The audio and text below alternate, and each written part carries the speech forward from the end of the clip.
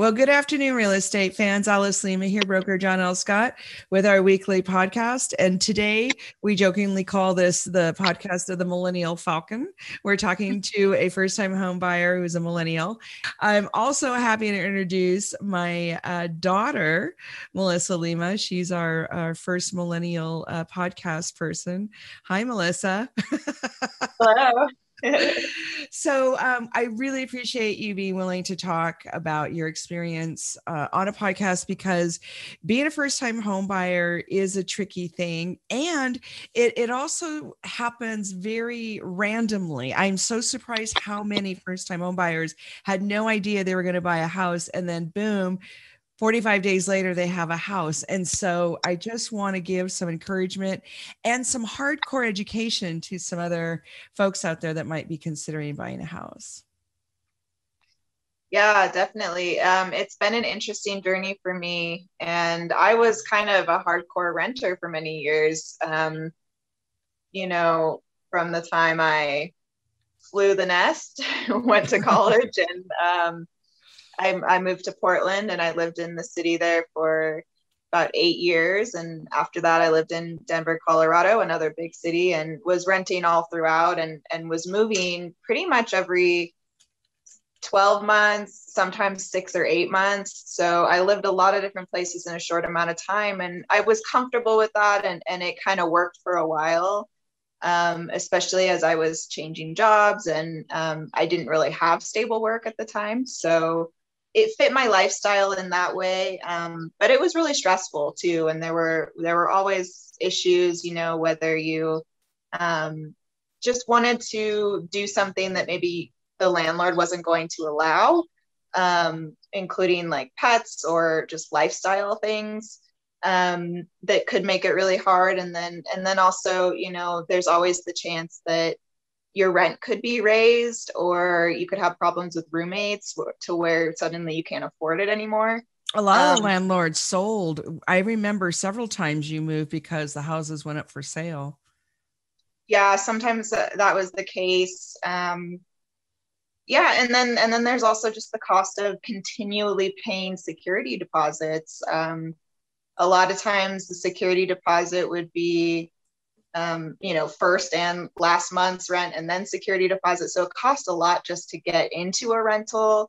And oftentimes you didn't get all or sometimes any of your security deposit back, depending on, what was happening in the house. Or if you did have roommates, sometimes there were things that were not being taken care of, or, whatever the case may be. If you have pets, there could be damage from that. So not to mention, if you do have pets, you're probably being charged an additional pet rent fee. Yeah. So it just, it's been interesting. And I always felt like buying a home was kind of out of reach for me. Something that was kind of, maybe way off in the future, I'll be able to afford that probably when I am ready to settle down, or I have a long-term partner or something, to where it's not just my income. But yeah, I was really surprised that hasn't been the case, and I was able to recently buy a home on my own. And so this is a very common surprise to people, regardless of their age, with the first-time homebuyer mindset is, I like being a renter, because being a renter is a good thing in a lot of life circumstances. So we're not saying anything bad about being a tenant or being a renter, but you are buying somebody else a house. And it's so common that people don't realize that they actually have a good enough score. They have enough job stability. They have a good enough ratio of their monthly bills to how much they make. And so in this situation, I think we were all surprised you bought a house, but you were able to, just because you had enough job stability, you paid enough of your bills on time, that your credit score was okay. And in some situations, family can donate money and the lenders are okay with that. And it's actually not that much. It really isn't. There's a lot of cases where people can buy a house with as little as $7,000 or $8,000 down. A lot of times it's more like 15, but I'm just saying that in certain situations, it's just not as much money as people think. Right. Yeah. And the credit score was huge. I was for many years not comfortable with credit. I didn't really understand it. It felt very overwhelming, and it ended up being really important because a couple of years ago, I kind of started learning and looking into what the credit score was and how I can build my credit. I didn't have credit cards. I had really stayed away from them. So I took out a credit card with my bank, just one, and started using it and paying it off. And that is what built my credit. And it got to the point where I did have a good credit score, and it ended up being really, really important in the loan approval process. So I was really, really happy that I had kind of, without even realizing, set myself up for that. So that's probably my best advice for people that are maybe just looking into this or not sure how it works, is get comfortable with credit and learn as much as you can and start building it if you haven't already. And if you have credit card debts, start really making it a priority to pay it down as much as possible. Well, but some credit card debt is good. You just don't want it to be overwhelming. So I guess, my big thing is I just want people to go talk to a lender. Even if you don't think you're going to buy a house for 5 years, go talk to somebody now and find out where you stand. And so I guess go ahead. Sorry. Yeah, no, that's exactly what you told me too. And it was, maybe summertime last year when I finally did, and it was right after the kind of the pandemic and the shutdowns had just hit. So what was the tipping point? What was the moment? What happened? Or what was your thought? I mean, what was the epiphany that made you? Because we didn't, as your family, we didn't realize you were really going to go look into this, but you did. So what was the tipping point that made you do that? Well, I was in the situation, as you know very well, that I had to move home shortly before the pandemic started. And so I was living at home for a while. And I think that was the tipping point. I just felt like, okay, I don't want to move around anymore. I've been moving around for so many years. Like I said, every 6, 8, or 12 months. And then I finally moved home back to the Rogue Valley. I was living with you. And it just felt like, okay, I really want my own place now. I want to start working. I don't want to live with my mom. I don't want to live with my mom. Yeah. And I guess I didn't quite realize that. So that was, but that was the motivation. And he kept talking to me about it, and we were living in Medford, and in that area, there I was looking for rentals there actually. And because I have dogs who are not small, and I needed a certain amount of space for them, and I wanted to buy something that was in good condition, because I've kind of finally had hit a point where my career was in a good place. I had stable work, and I wanted to make sure that financially I was going to buy something that was going to be a good investment. But honestly, at the time, I wasn't even thinking that far ahead. I was just thinking, I should talk to a lender and get the process started, because I thought, it might take a year or two for me to kind of get myself in order and get things figured out. So I was just doing exactly what you suggest that people do, which was having that initial conversation to find out where I stand. And then, big surprise, they said, you can be approved. Oh. That was great. Yeah. So what was that lender experience like? I mean, what were the logistics? I think some people don't understand how easy it is just to send in your stuff so they can find out what your budget is. Yeah, well, you do have to provide a lot of information, including bank statements. They run your credit. They want to look at your job history. They want to know, if you have any other financial obligations. For example, I have student loans. So all of that came into effect, and they needed documentation for every little piece of it. Isn't it So shocking? yeah, so they want to find out a lot of information, but it wasn't as hard as I thought it would be. And the lenders are there to help you. They're there to answer your questions. And I talked to more than one. I talked to one person initially, and they kind of said, looking at your work history, you just switched careers, because I had at the beginning of 2020, when the pandemic started. I had switched careers to be a remote worker, versus beforehand I was working in massage therapy, but I had been in that field for a couple of years. So they just wanted to give it a little more time for when I had been in the new job. So the first person I talked to said, wait a few more months until you've been at your current job for, I think, at least 6 months. And then it'll be a little bit easier to approve you. So, and that was, I forgot. So you went to more than one lender, and the first lender said, wait. mm-hmm. And then how did you end up with so, okay. So they kind of said, wait, and then what happened? And then, I just thought, okay, yeah, I'll wait a little while. I thought it was still going to be longer than 3 more months, or however long they said I should wait. It was not too long that they told me to wait. They were just wanting to show a certain amount of work history. And that shocked me, because I thought, that you really needed a solid 2 years, like in the same job, working for the same employer within the same industry type of thing. I thought it was a lot stricter, and they really were like, no, we can totally work with you.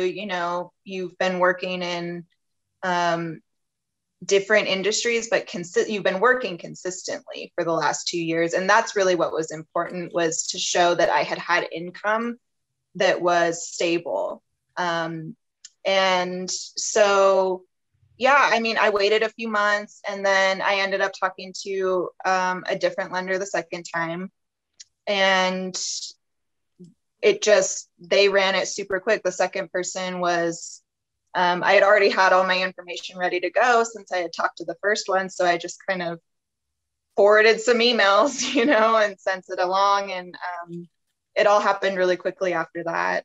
And I want to do a shout out to Guild Mortgage, our friends Tanya and Tammy, because we send a lot of first time home buyer people, and they have a great experience. And it's all, usually more positive than negative with the approvals. Like, yes, you can get approved. And if ever somebody can't get approved right then, those gals are super good about saying, you just have to do A, B, and C. And then in this much time, you can buy a house. So we have an almost 100% positive reaction on the approval process.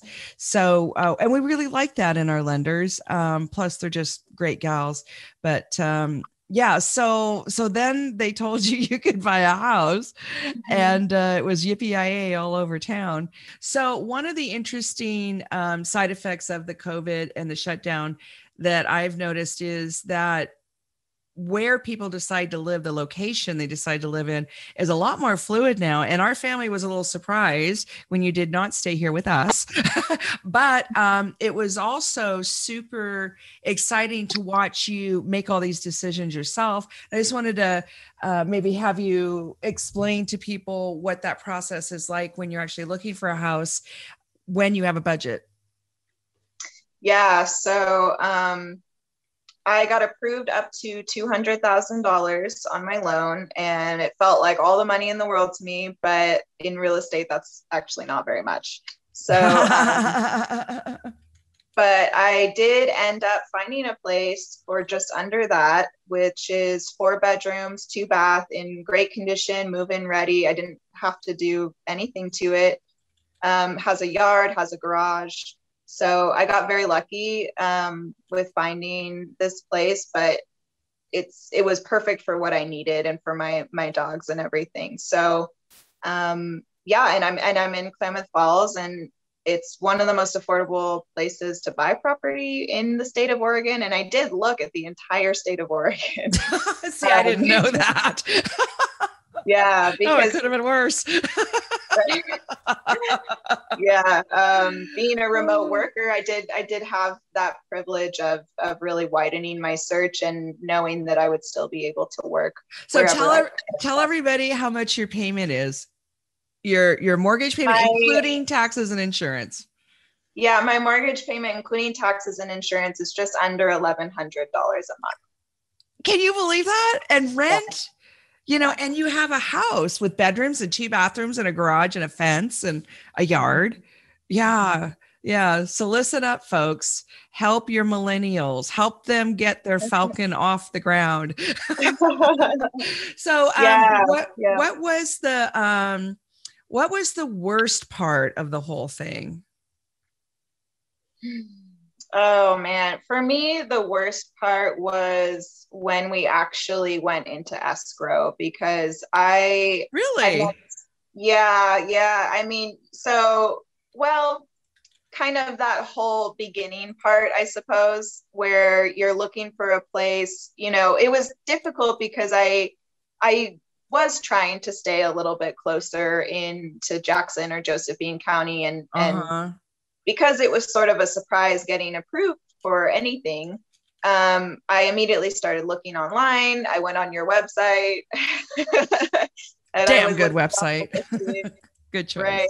Yeah. And, and there's a mortgage calculator on your website under each listing. So I would go on there and I would type in, looking at houses and try to figure out what the payment would be, because the payment was really important to me. I wanted to make sure that I could afford it comfortably. By yourself.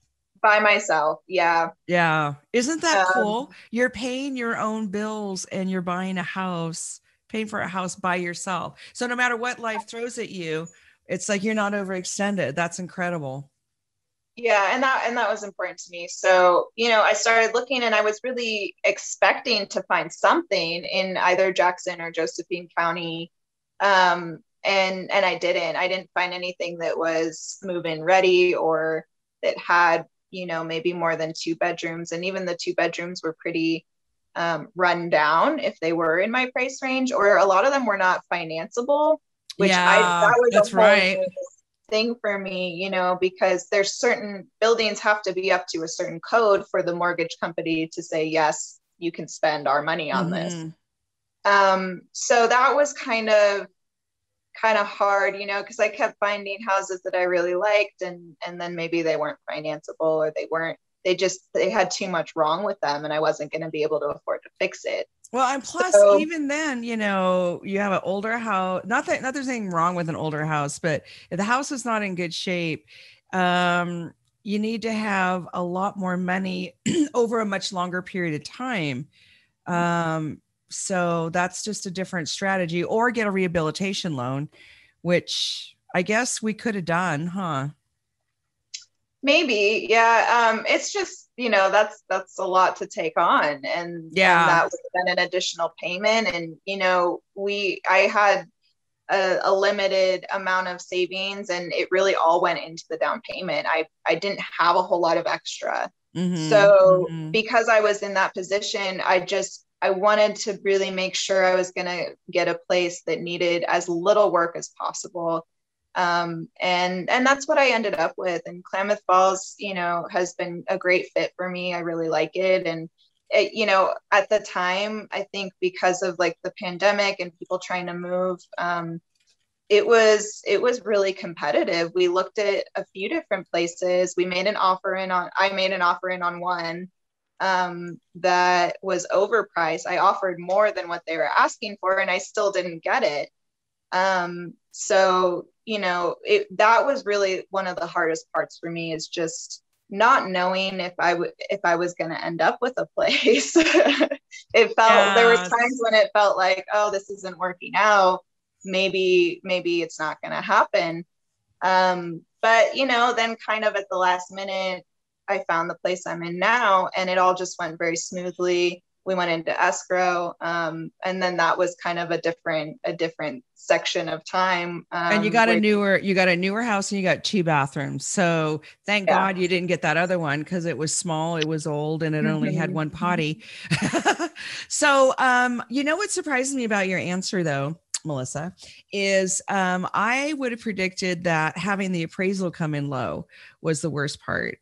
So by the time that happened, you must have been pretty set in the process, because that was kind of stressful. It wasn't a very big difference, but the seller was a little difficult, if you remember. But I just think it's interesting that was not the worst moment for you. I guess I was more worried about it than you were. Yeah, that whole negotiating process where you're in escrow and you're trying to kind of seal the deal and figure out, okay, are there things that need to be fixed on the house? And is it worth what they're asking for? Which is kind of where the appraisal. Oh, that's right. Because they did not inspect it first, did they? Right. Yeah, no, it had not been inspected until we went into escrow and did our own inspection. So there were some surprises that they didn't know about. They were minor, but it had to be some back and forth of like, okay, are you going to fix this, or is it something I'm going to have to fix? Yeah, because it needed to be fixed. Right. Yeah. So that was definitely stressful. But yeah, I think I just was so happy to kind of have the opportunity to even go through the process. And it was all nerve-wracking the whole time up until the deal actually closed, and it closed late. It ended up closing days before Christmas, and there was snow all over Klamath, and it was hard to move the U-Haul up here, from Medford. So if my friends Brittany and Angelo are listening, I don't just do that to you. See, I do it to my own kid. But sometimes that's when you get the best deals, right? Yeah, I guess so. So, there were lots of stressful parts to it, but I think a lot of it was just because I had never done it before. I wasn't familiar, and I was learning as I went along. But I feel now way better about if I need to go through that process in the future. And I don't have to worry about not having a place to be. If I buy something in the future, I have this home that I'm probably would be selling if I'm buying something in the future. So I'm not going to be rushed. The fact that you can, purchase a place and write into the contract that you need to sell the house you're in first, I think is a really cool thing. And it just gives me the peace of mind that this is my home.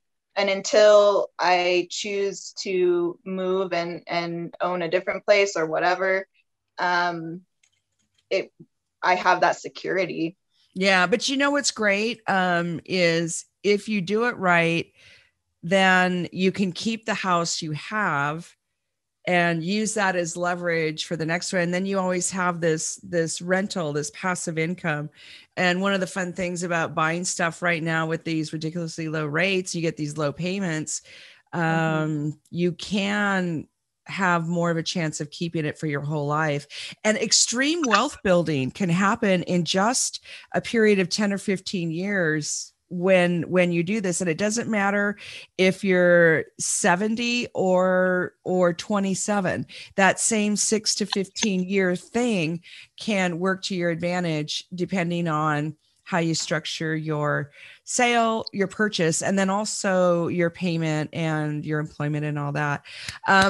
So one of the other questions I wanted to ask you is, what advice would you give first-time people, people that have never been a homeowner before?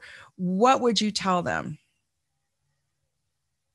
I think you gotta do your research, and you have to start learning how this process works. First of all, if you know nothing about it, like I did, despite being a real estate agent's daughter, I really didn't want to know anything about it. I wasn't imagining that I was going to buy anything for a very long time. So I didn't look into it, but when I did finally start doing that, it felt way less overwhelming, and it felt like, okay, I can break this down into pieces, into steps. I can start on something small. There's no rush.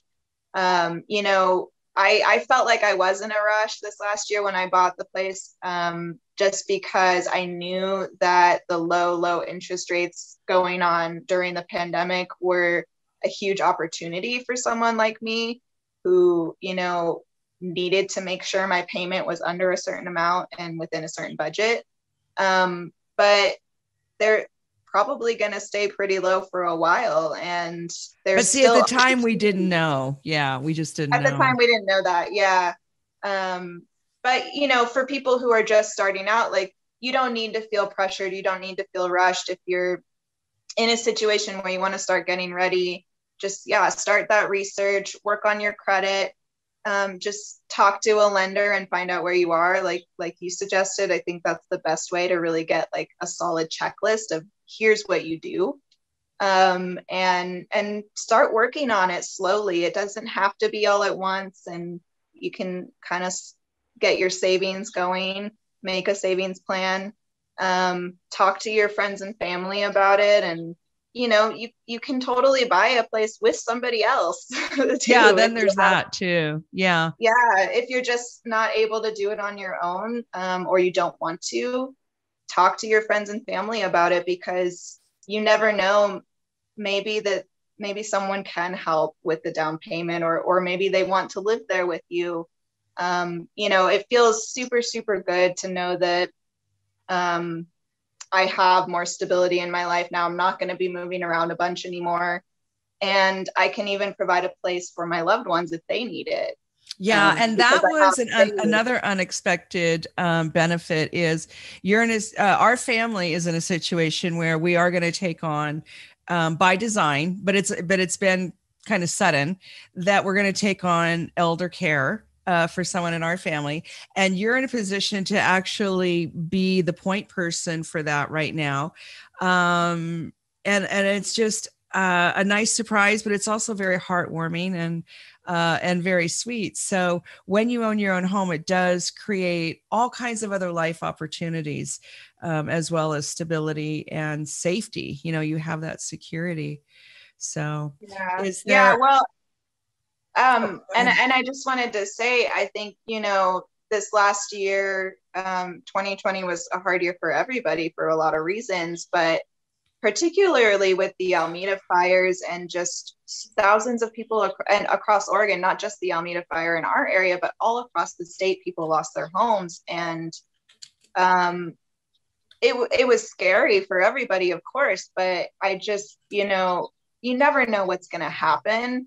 And I think that if you are in a position to start working toward homeownership, if you're in a position to buy now, it just started to really feel like that was the way to go, because you never know what's going to happen. And I want to be able to know that I'm taken care of, and that I can help take care of other people, other friends and family, if something sudden happened in their life too. Yeah. And, you know, you don't have to have the whole down payment is the other thing. What I've noticed, frequently happens is you'll have the first time home buyer working on it. They'll start letting their close friends and family know just that this is what they're doing in their life, how excited they are. And, you know, this is their process. And then all of a sudden people come out of the woodwork because now they want to help, because now they see you're not just asking for money, you're doing this on your own. And it's very, very common that people will volunteer to help you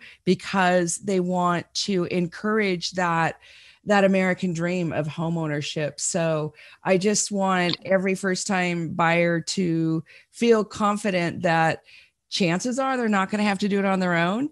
Chances are they're way closer to being ready than they realize. And even if you do have to do it on your own, it's doable.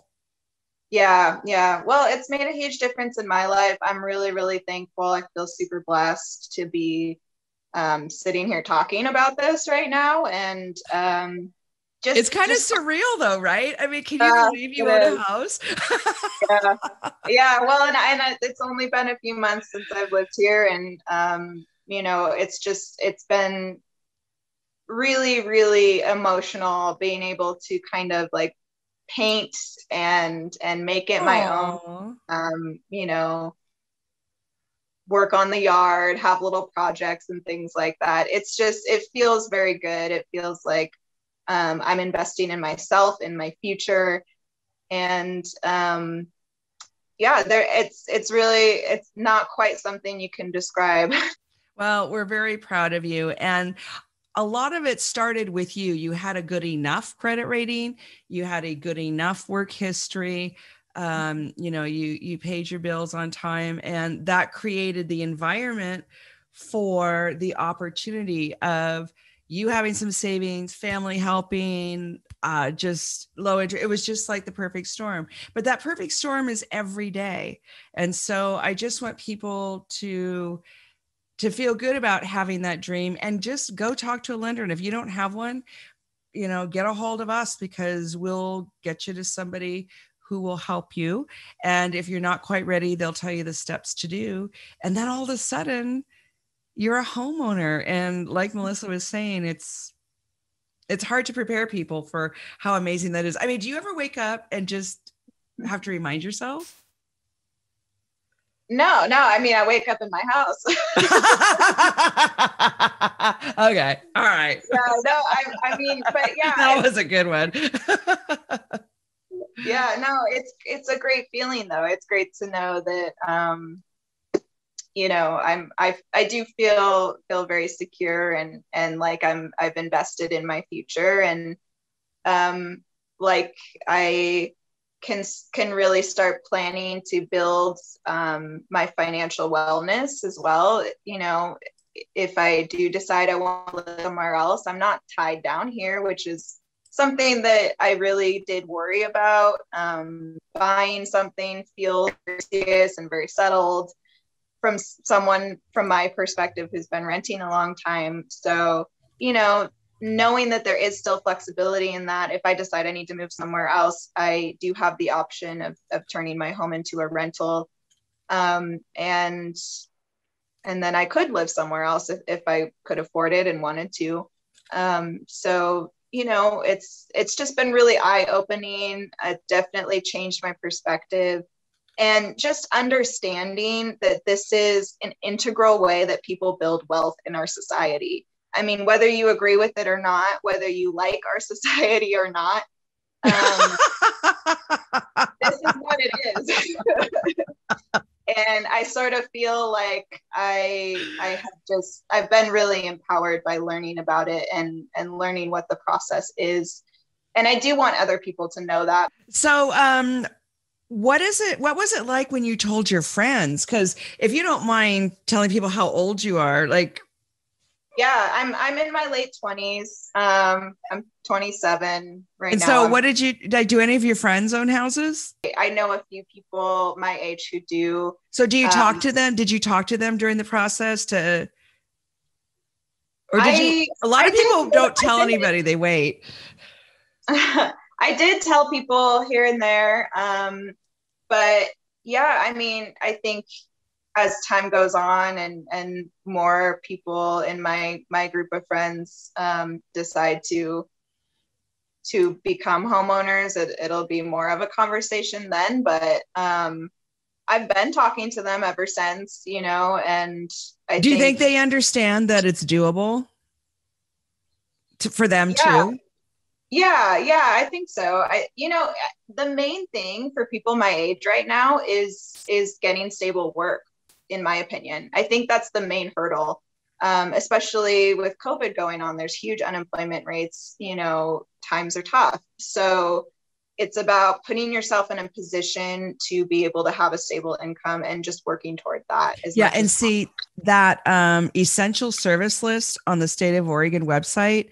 If you are struggling with work, if you go to that list and look and see if there's something on there that you can do, that will always be your safety net. And it's this whole COVID thing has been very interesting with tenants, because it takes kind of a vulnerable population and make them more vulnerable. And if you're not an essential worker, and who would have even thought that our community would be divided like that, to you matter and you don't.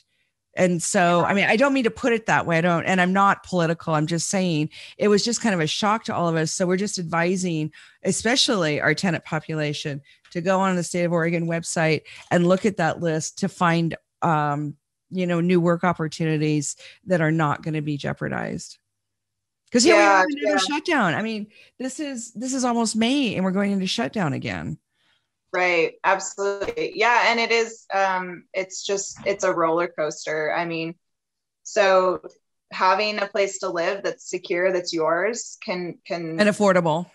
Yeah, it can make all the difference in your life. It did for me. I mean, I'm not worried about having to move all the time.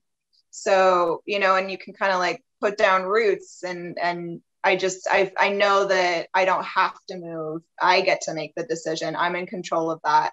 For the most part, as in control as you can be. So that's a huge, huge weight off my shoulders. Yeah, we're so happy. We're so proud of you. And none of this could have happened if you hadn't put yourself in a good position to start with. So, so Melissa, if you have not called all your friends and given them Tanya's phone number, let's do that. Because everybody should get pre-qualified. Even if you're not going to buy a house right away, just know where you stand. It's a very good feeling. It's a very secure feeling to know that you have choices in life. Yeah. And it just helps you take charge of your finances in general, and I just want everyone to know that I was not someone who had a good understanding of that. I was, like I said, I wasn't using credit cards. I wasn't familiar with how that all worked. I was just kind of working one job to the next, whatever I felt like, part-time, full-time, going back and forth. And a lot of people kind of just stay there. And it has been such a process for me to learn about how to take care of my financial health too, and what that means and what that looks like. And so talking to a lender is a good way to just get on track with all of that, whether you're, like you said, whether you're going to buy a house or not. Because if you really don't want to buy a house, that's fine. Don't do it. But talk to someone and find out where you stand, because this is kind of, credit and things like that are important. And at some point you may need to draw on that in your life. And you want to be informed. Good advice from our first Millennial Falcon. We're always trying to think of names for our podcast. So, yeah. So thank you, Melissa Lima, my daughter.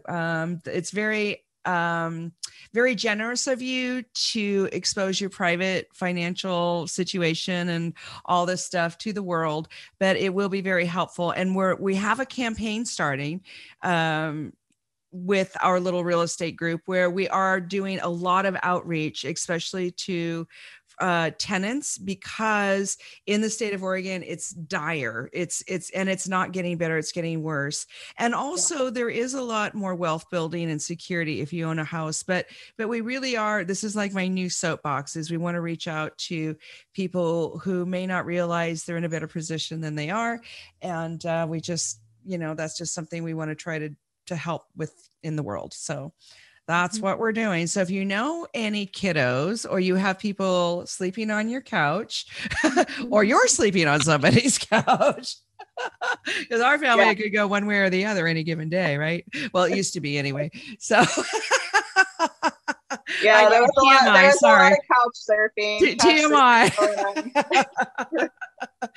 But please reach out to us. My number is 541-301-7980, and I'm around all weekend.